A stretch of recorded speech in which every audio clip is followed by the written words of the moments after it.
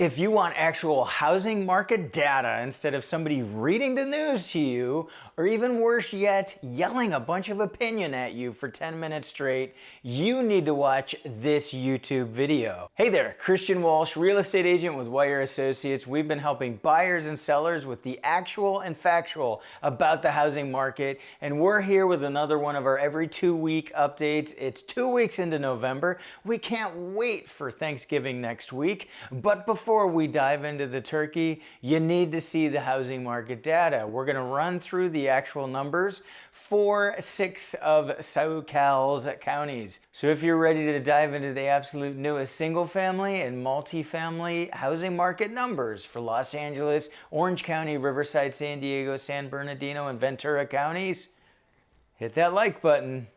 And let's get started. And here we go, diving into the data. Can't wait to see what's going on the first half of November. We're getting close to Thanksgiving, one of my favorite holidays of the year. And things are definitely going to be slower in fourth quarter. And this may be one of the slowest fourth quarters we ever have. Of course, we're going to share on this channel if it is. But we've got some new data. We've added this in. We're compiling more numbers, and they're coming from Altos Research. And we're going to show you some cool stuff from Altos Research at the end. And we have all the active listings in the data now so you can compare. So you can see in Orange County that we had a record low level of active inventory for the first 2 weeks of November back in 2021.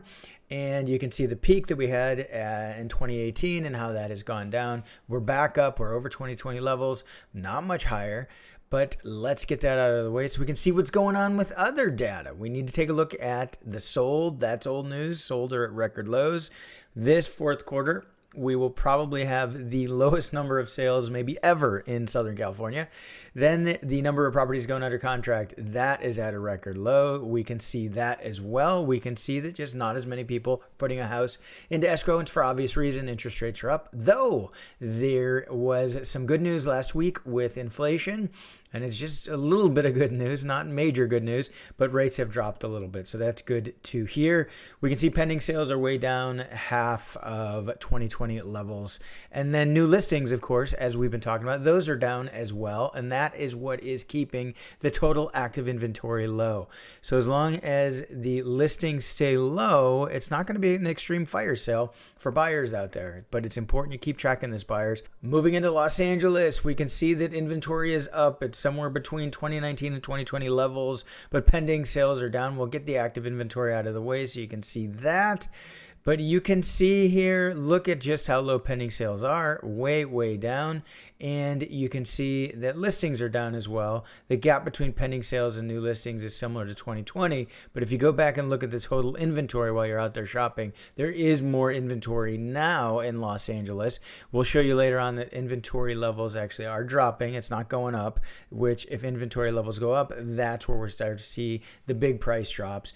The other important thing to remember, Los Angeles is under eviction moratorium. That's both LA City and LA County. Those are slated to end here very soon, but we know with Los Angeles that we've been close to an end before. So for any tenants who aren't paying rent due to COVID, they are able to stay in place. No eviction can take place. Other evictions are moving forward. It's not a complete stay of evictions, but it's tough for landlords in Los Angeles. We've talked to several landlords that were going to foreclosure because they couldn't get rental assistance and essentially were losing their property. So that's what's going on in Los Angeles for single family homes, condos, and townhomes, and multifamily, which we'll get into those numbers later. Riverside inventory is actually, again, somewhere between 2019 and 2020, but it is up, and we saw that in previous videos. We saw inventory taking up. It has since turned. Let's get the inventory out of the way to see what's going on.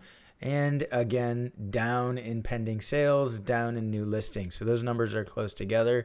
This is going to be a similar trend throughout Southern California.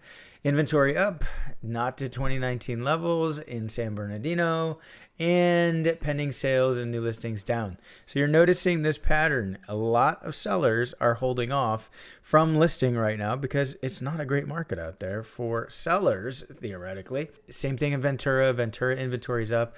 We're not seeing anywhere that has 2019 levels of inventory, but definitely not seeing levels that were like they were in the 2021 and 2020 era. Get the activics misspelling there. Get those out of the way. Pending sales. Oh my gosh, they're crazy low, 156. That is just crazy for the first 2 weeks. Not many properties going under contract in Ventura. And I don't expect it to change. It's going to be Thanksgiving next weekend. Or next week. There's not much going on. Not a lot of people shopping. And again, this fourth quarter is just going to be a low fourth quarter. Inventory in San Diego, same exact curve that we've seen in others, not at 2019 levels. Get that out of the way. Same exact curves, low inventory, low pending sales. I hate to sound like a broken record, but you have to watch, because as we get into the end of fourth quarter and then we get into the start of the first quarter 2023, things are going to get interesting from an inventory standpoint. One of the few places to get the actual and factual data for multifamily in Southern California, and boy, is multifamily taking a beating right now. As interest rates increased, we didn't see a big drop, but now we are certainly seeing that. And the reason being that investors are just requiring more of a return now and are just less interested, even though multifamily is a solid market to invest in and rents are up. So as interest rates have gone up, it's essentially requiring higher cap rates, and that is leading to fewer sales going through and fewer folks selling. We can see in Orange County here that listings are down slightly, but pending sales have dropped.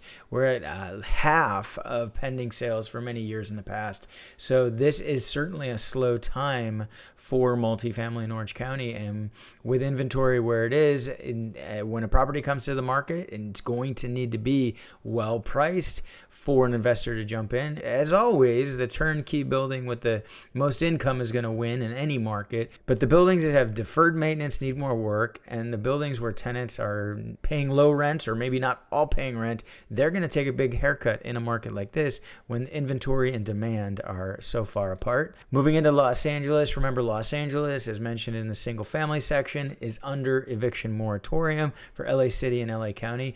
Inventory is down. Demand has dropped significantly, lowest level of demand we've seen for this time of year going back. So definitely, again, interest rates taking their toll. And then here, the extra spin of the eviction moratorium and not being able to evict a tenant for non-payment of rent due to COVID-19. Moving into Riverside.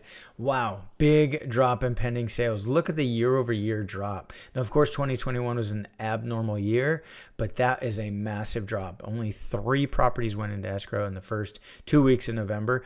And you can see 2019, there were 9. There were 3 times as many, and that's the lowest level of demand that we've seen in recent years. And the only saving grace, I guess, for Riverside would be that the number of new listings are down, but wow, is demand way down in Riverside. They don't have an eviction moratorium in place, but this is really a function of the interest rate environment that we're in. San Bernardino, look at that big drop. 2018, a lot of multifamily buildings hitting the market, and we're way down to the level here of just 19 hitting during this time period. But we'll also see that our demand is down. Now, those numbers are tight, so this is a tight market, not like we just saw in Riverside where there's so much inventory hitting. And then we get into Ventura, and it's interesting to compare years past. So 2019, quite a few listings, properties going under contract, 2019, 2020. But now we have 1 under contract, 1 new listing. So it's a tight market, 1 in, 1 out in Ventura. In San Diego, another one where we're seeing a dip in demand, not quite as much of a dip as we saw in some of the other areas in Southern California. Listings down as well. So this is a tight market. Closings way down. So there's a chance, we're not necessarily able to suss it out of this data, that the closings are down this much, even though we see that the number of escrows is higher. Maybe buildings are falling out and not closing and adding to inventory. That's entirely possible when you see a big spread between the number of sold and the number of pending sales. So there's your multifamily market update. And I know there's a bunch of distractions this time of year, some good, like spending time with friends and family, and others are just plain distractions. But if you want to talk about real estate in Southern California or beyond, don't forget to reach out to us. We have a link below so you can contact us. We can literally help you make real estate decisions and buy or sell anywhere in the nation. Reach out and we'll explain more. Exciting updates and Altos research reports for people who are into data like we are. So you can still get these pages. You can still subscribe to get data from any city or zip code in the nation. I encourage you to do that. I encourage you to track your local market, wherever you came from, wherever you're moving to. You do all that. You can track that in here. But we've got a cool new thing that's in beta that we're playing with at Altos. We can create advanced analytic reports, and we can go back farther and show you more data. So we're going to do a quick overview. Instead of having to click through all the different screens, we're going to show you the inventory levels, because inventory levels, if they spike, will lead to the big price reductions that everybody is promising on other YouTube channels, and they've been promising for years. So anyway, diving into the numbers, looking at inventory at a national level. What's remarkable when you look at the inventory at a national level is how amazingly consistent it was 2016, 17, 18, 2019, and then 2020 comes, and this dip here in inventory is COVID. Consistently, in the United States, there's going to be around 900-ish thousand properties, give or take, available this time of year. And the other important trend you'll see is that the dip, the low point for inventory, is always January, but that, of course, changed due to COVID. So you can see that inventory in 2020 was way down, 2021 even lower, and 2022 is up, but still nowhere near the levels 2019 and before. Now, of course, people are going to say, well, prices are way higher than 2019 and interest rates are way higher than 2019. But until we get more inventory, there isn't going to be a significant pressure on pricing yet. Jumping down to California inventory, and don't forget that email newsletter subscribers will be able to play with this data and get all the other data from the previous screens as well. So you will get this. California inventory, again, relatively consistent, a little more choppy, but always the dips, always the lowest level of inventory in January. Then we get to COVID, it peaked and dropped, and we're up. So you could say that as a percentage, California's inventory is higher in 2022 as a percentage than it was in the national numbers. We're closer to 2019 levels of inventory, but we're not there yet in California. And then all the different counties right here. So you can see, and I encourage you to become an email newsletter subscriber so you can do exactly what I'm doing here. These show the levels of inventory. So again, a similar level of consistency, a little more choppy, but similar level. Then COVID comes. Then we get into the crazy sales years. Now here's where it got interesting, and you were seeing in our videos, we saw inventory dip, and then as interest rates went up, it significantly, sharply increased, just like we saw in the national level and California level. But California and the counties that we cover, it was a very quick increase. But it's also important to see that it has plateaued and decreased in the California counties that we're covering. So there is your latest report from Altos Research. Make sure you sign up to get this data. Let us know in the comments below where you think the rest of fourth quarter is headed. We say all bets are off, and this may be the most interesting fourth quarter we maybe ever have. We'd love to have you subscribe to our email newsletter, join about 2,500 others getting those weekly updates, plus you get access to the data from this video. And you're not going to want to miss this next video for more information on the Southern California housing market. Thanks for tuning in. This has been Christian Walsh, real estate agent with Wire Associates. We wish you a happy Thanksgiving, and we want to hear from you.